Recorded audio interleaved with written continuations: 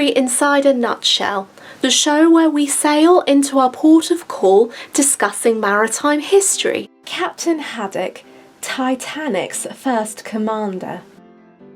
In 1941, Belgian cartoonist Hergé published his 9th comic, The Crab with the Golden Claws.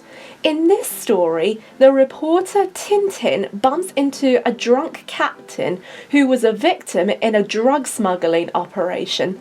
The captain's name was Archibald Haddock, a middle-aged man who was addicted to alcohol and had streaks of violent tempers, and also has funny catchphrases like desert tramps, swine, jellyfish, troglodyte, 10,000 thundering typhoons, blistering barnacles.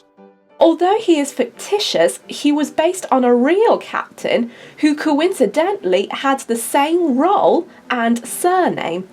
His name was Captain Herbert Haddock. Captain Herbert Haddock had a fascinating career with the White Star Line, and throughout his life he had been a captain of 5 White Star Liners, a shipman in the Royal Navy Reserve, and an aide-de-camp for 1 British monarch. This is the fascinating life of the real Captain Haddock. Herbert James Haddock was born in Warwickshire on the 27th of January 1861. The oldest of 4 brothers, Haddock had been raised in the market town of Rugby before he moved to Liverpool at the age of 14. In August 1875, he began an apprenticeship at a company called the Rathbone Brothers, which was a trading business company that became a leading trader in cotton in 1841. During his apprenticeship, he trained on board a naval training school on the HMS Conway. The school aimed to train 11,000 young boys as officers in the British Royal Merchant Navies and other maritime organisations. Haddock had trained on the HMS Conway for 2 years before graduating as a midshipman in the Royal Navy Reserve. In July 1887, he joined the Star Line ship, the Horsa, which he registered as second mate. In November 1880, Haddock sailed on board the Orion, where he was listed as third mate. 2 years later, he signed on to his 3rd Star Line ship, the Myra, until September 1883. In 1886, Haddock had been promoted to sub-lieutenant in the Royal Navy Reserve, and a year later he began his training as an acting lieutenant aboard the HMS Piraeus. A year later he moved on to the HMS Edinburgh, following her commission at Portsmouth in honour of Queen Victoria's Golden Jubilee. On board the Edinburgh, Haddock was posted to the Mediterranean. While on the battleship, Haddock caught the attention of a British shipping company called the White Star Line, and in October 1888 he became one of their officers. He later went on to become captain for some of the White Star ships. Between 1888 and 1893, Haddock worked on board the RMS Britannic 1 and the SS Dramatic, with the Britannic sailing on the transatlantic shipping line. But not all was plain sailing, as Haddock became a witness of incidents at sea while on board the Britannic.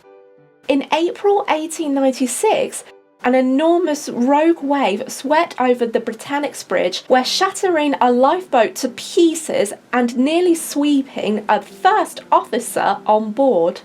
Luckily, Haddock left the bridge just by seconds. No one was killed, but some steerage passengers suffered bruises from the force of the wave. 2 years later, mail theft occurred. $20,000 worth of bonds were stolen, and as a result, 4 crew members were arrested on charges of smuggling.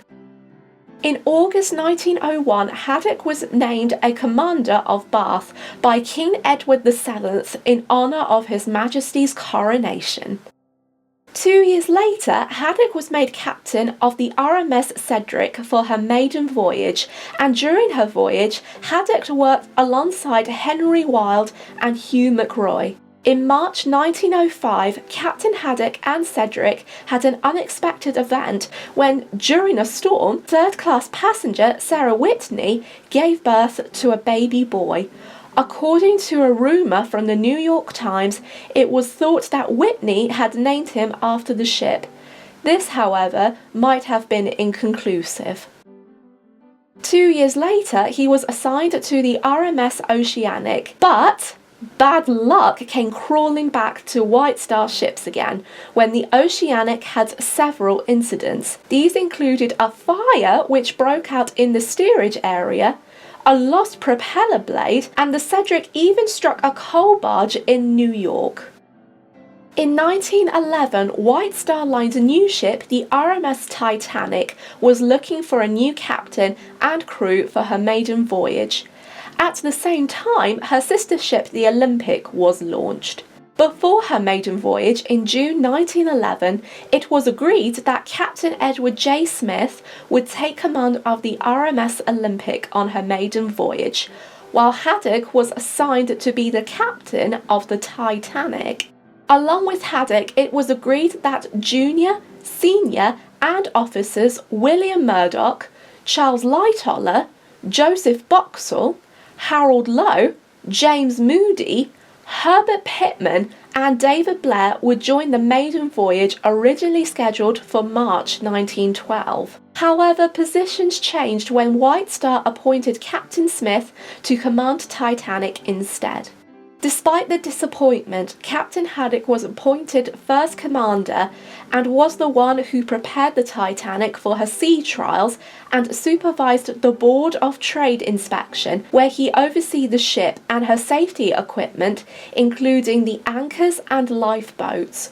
Also, he oversaw the mustering of the crew, firemen, and stokers.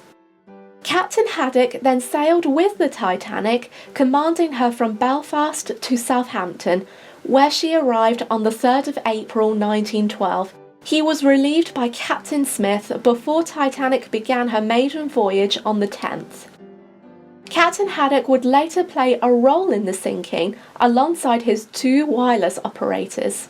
However, this story had been made into a separate video, and it gives full detail of the events that had occurred on the Olympic's voyage from New York to Southampton.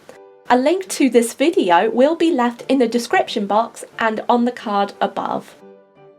Following the disaster, Haddock and wireless operator Ernest James Moore was participating in the United States inquiry, where on board the Olympic he was interviewed in person by Senator Smith. After Titanic, Haddock took command of the Olympic, where the ship followed a series of events including mutiny, almost running aground on the rocks near Land's End and losing a propeller blade. He also took command of the Majestic and Oceanic. In World War I, Haddock was listed on board the American line's St. Paul, where his occupation was a mariner, and on board the Adriatic, where his occupation was a naval officer. He also commanded a dummy fleet of wooden dreadnoughts and battle cruisers. In February 1916, Haddock resigned from the White Star Line and transferred from the sea to land, where he worked and was appointed 1st Royal Naval Reserve aide-de-camp to King George V, where he held that position until 1919. Captain Haddock died on the 4th of October 1946, aged 85 years. Although he is the opposite of his character's counterpart, Herbert Haddock was a man who hated his name being mentioned in newspapers, and he was shy around people. However, he had an interesting career, and it is fair to say that his life was fascinating, just like his counterpart in Hergé's comics. But one must wonder, what would Haddock think of Captain Archibald Haddock? Would he have been amused? We shall never know. Without any doubt. If you enjoyed this episode, please like and subscribe for future videos. Until next time, this has been History Inside a Nutshell, departing from the dogs. Thank you so much for all of your support and enjoy the rest of your voyage.